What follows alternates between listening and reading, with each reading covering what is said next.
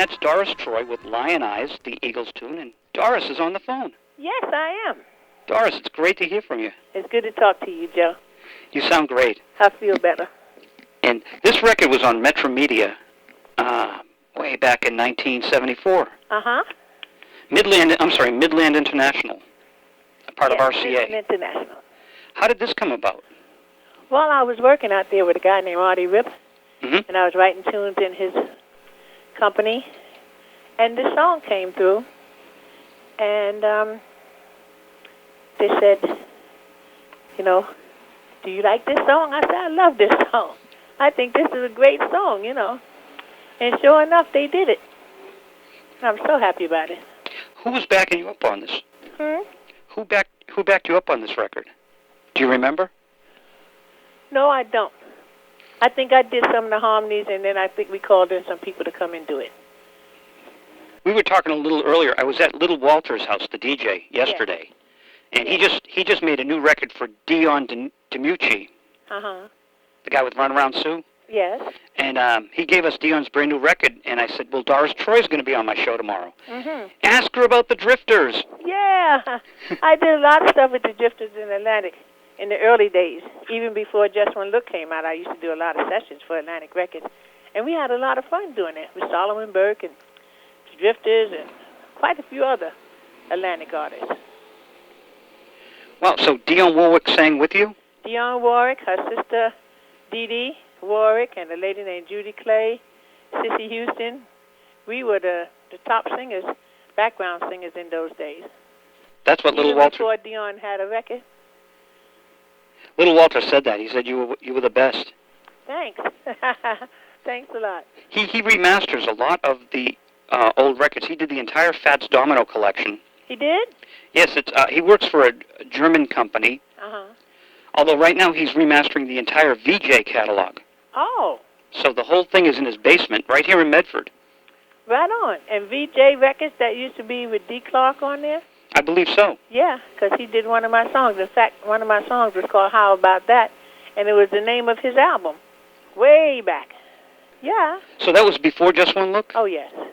Wow, so you were a songwriter of renown before your hit. Yeah, I was working on it. I love what David Nathan wrote about you in the Soulful Divas. What did he say? Well, first, I just want to say thank you for turning me on to that book. Yes, a fabulous book, isn't it? It is incredible. Yes. What a great idea. He was talking about all your work in New York and Just One Look, and that was the demo that got you the deal with Atlantic? Yes, it was. We made it in the basement of 1650 Broadway.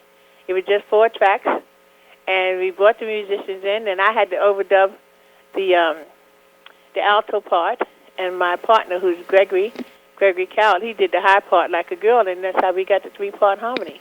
And what happened was I started coughing right in the middle of a take, and I said, just one look, felt so hot, and I started coughing. And the guy that was in the booth said, wait a minute, let's start all over again. Let's keep that in. And I said, okay, let me think about it. And so then we decided every other, for a few lines, that I would do the little breakup of the words, and that's how we got the little hook. Just one look, and felt so hot, that part. Great. Isn't that cute?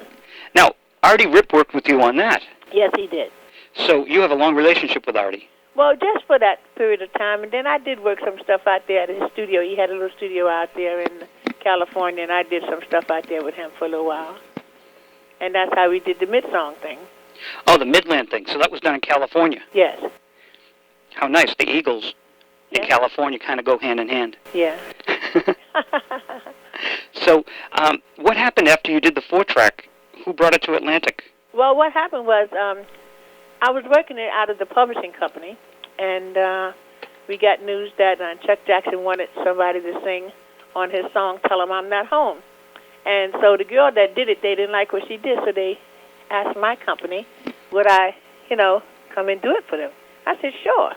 And so I went and did it, and I just had to say, tell him I'm not home. And sure enough, he was getting ready to go on tour. And I told the publisher, I said, listen, why don't you call Atlantic and tell them to put my record out, because I'm going on the road with Chuck Jackson. They said, well, get the itinerary, let us know what's happening, and I did it right away. And sure enough, they put my record out just like it was, the demo. They tried to clean it up a little bit.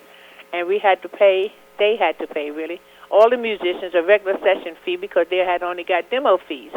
So they got regular session fees, and they were free to go ahead on and release that record. And every place we went down through the South and every place we went, Just One Look was like playing on every station. And sure enough, I was the opening act with Don Gunn and Dee Dee Ford. And then by about middle week of a few weeks into the tour, then Chuck said, listen, you got to close just before me and do your song, Just One Look. And so that's what happened, and that song just turned out to be a smash. Doris, you're telling me the 4-track that you did, which was the demo, is actually the song that we hear? That's right. Wow. That's right. That's stunning. So they didn't put you into a bigger studio? No. We didn't have time for that. No. It just as it was. Can you imagine? That record was hot the time that all the other people had all big strings and all kind of orchestrations and all that kind of stuff, and all we had was just 4 musicians that overdubbed once, and I overdubbed once the backing vocal. Now, do you mind if we play the tune right now? I'd love for you to play the tune right now. Great, and then we'll come back and talk to Doris Troy here on the Folk and Good Music Show, Saturday afternoon, July 1st. Just One Look.